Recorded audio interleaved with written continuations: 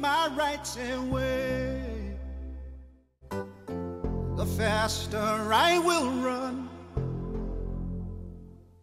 Mr. Mankam, everybody is talking about your endorsement of James Michel. I, for one, can never contemplate supporting or voting for until such things as the 5th of June is no longer a public holiday and celebrated. What do you say? What do you have to say to the people that have suffered injustices in the past, such as properties taken, families of their loved ones that were killed, the thousands that were exiled, and not to mention the psychological damage it has done? How will they be reconciled? Well, the process of reconciliation after 15 years on one-party rule, and so many of these younger people have done nothing but one-party philosophy, it's not going to be easy. One has got to face the reality of our situation. The reality of our situation is through party organization and indoctrination. The SPF party is still made up of a lot of fanatics, people who really do not understand or are not prepared even to listen to voices from the opposition. They are so much ingrained in that Marxist sort of attitude, right? So when, like me, who adopt the politics of the statesman, it's important that I look at the situation not from a confrontational angle, but from an overview. And my big question, my interest is to move ahead. How do we move ahead? Now, I believe, and when you think about it, you will agree, if we were to have a situation where the opposition tomorrow came to power with 51% or 52, and the Rene party had 49, right? How could you move ahead if this Rene party was to adopt vis-à-vis you a politic of sabotage? When we all know too that a great element of the army are people from one-party mentality, people who are in effect fanatics of their own party. So the way I look at it, I study the local scene. It's important, if we're going to destroy this fanaticism, to get somebody who's been involved with them, as you very well pointed out. Mr. Michel has all along been a part of the clique of Mr. Rene, right? Now, history has it. When Rene gave power to Michel, he thought that Michel would be Chitutu. But Michel is ambitious. Very good in one way, that he is ambitious. Ambitious for what? Having received power, his next desire must be able to build a legacy. Now he realized that in today's world, he has to abandon the politics which Rene preached, right? So he must change over and bring over changes. So he has committed himself. Maybe in practice this has not yet realized, but several things have been happening, okay? Since the time we returned, as I said, NYS stopped, SMB closed, and Zomli was taken, we see no indication of changes. As I pointed out when we arrived in Seychelles, right?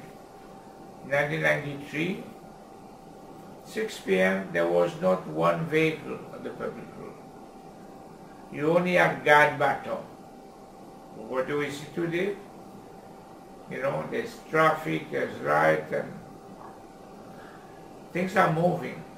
But we've got to take awareness of the fact that it is not easy for Michel, against the background of his fanatics, or in his fanatics, to be very abrupt to change everything overnight. In my view, we've got to encourage him. As Michel takes these steps out changes, there's a lot of anger. So we are creating inside the majority party a certain level of dissension. So we can see if we on the other side would provide Michel with the support necessary and encourage him, that there is a chance that we could really effect the changes which is necessary in order to look more closely at some of the problems which were consequential to the coup d'etat. Okay. In your book, Mr. Mankana, you never once mentioned the POA, the act that has criminalized all our rights. Okay? Can you give us your view on this at all? Well, I know that over recent times there has been quite a lot of debate in terms of the Public Order Act, and I must say that I have not too closely followed this development, because as you know, I abandoned party politics several years ago to play the role of statesmanship.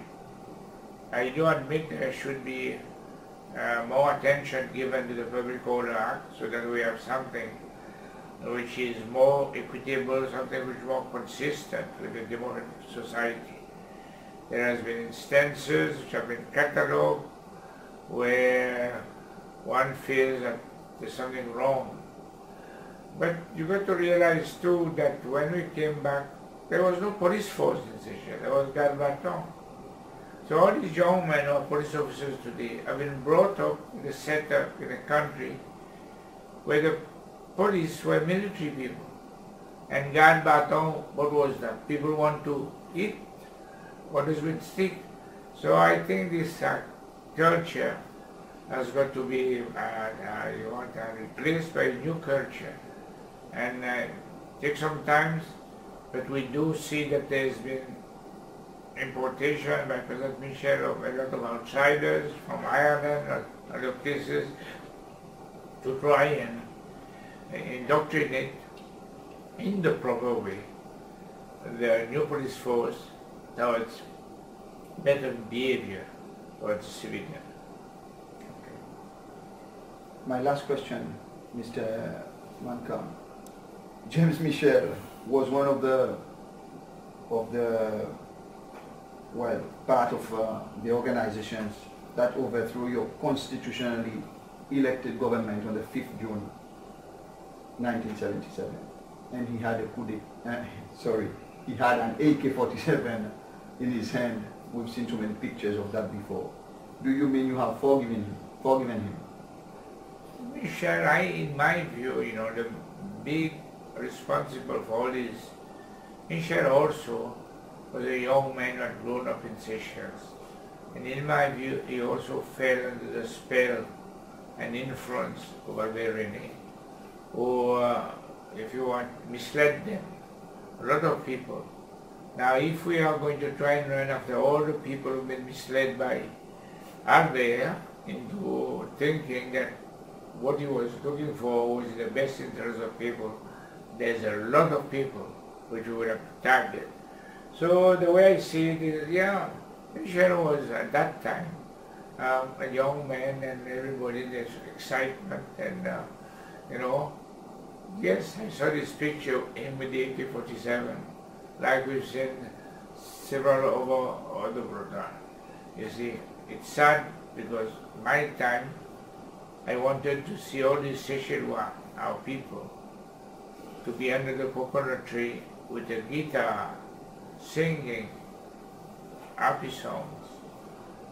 But after the coup, what we saw, same young men were under the still coconut tree, but this time they were carrying an AK-47. Okay. I was forgetting something, Mr. Mankana. In your book, you also mentioned about Nelson Mandela transiting in Seychelles and how when he let the people of Seychelles down. Can you elaborate a bit on this? Yes, well, Seychelles let Mandela down because of the double, if you want, the important role which the René government played vis-à-vis the apartheid problem. As you know, the whole world was united in an endeavor to kill apartheid and bring down the nationalist government in South Africa, which were behind the apartheid system, racial discrimination of the worst kind. Now, in order to try and get the South African government to change that policy, the world united through the United Nations and passed a resolution and imposed sanctions on South Africa. And the most important and vital area of sanction was in the question of fuel, oil, which South Africa did not have. So the whole idea was that, well, we'll put so much pressure that they lack this vital, important commodity, that at least maybe they'll start to change their mind. What did we see? The Seychelles government, we had a Minister of Foreign Affairs, Mr. Jeremy Bonham, who in the corridor of the OAU in Addis Ababa and the United Nations, they were openly bashing South Africa. They were openly criticizing and condemning apartheid. But yet here, behind in Seychelles, there was a conspiracy with the government and some rich people to assist South Africa to bypass the sanction by Seychelles providing end user certificate, and so that Seychelles was able, because we had a tuna industry, to import petrol for our tuna vessel, but these petrol never went to tuna vessel. They were going to South African destination. Yeah. This was Mr. Sir James Mancam talking about his new book. I would like to thank Mr. Mancam for his time and his explanations. I'm sure we have learned a lot from Mr. Mancam today, and I'll say thank you again.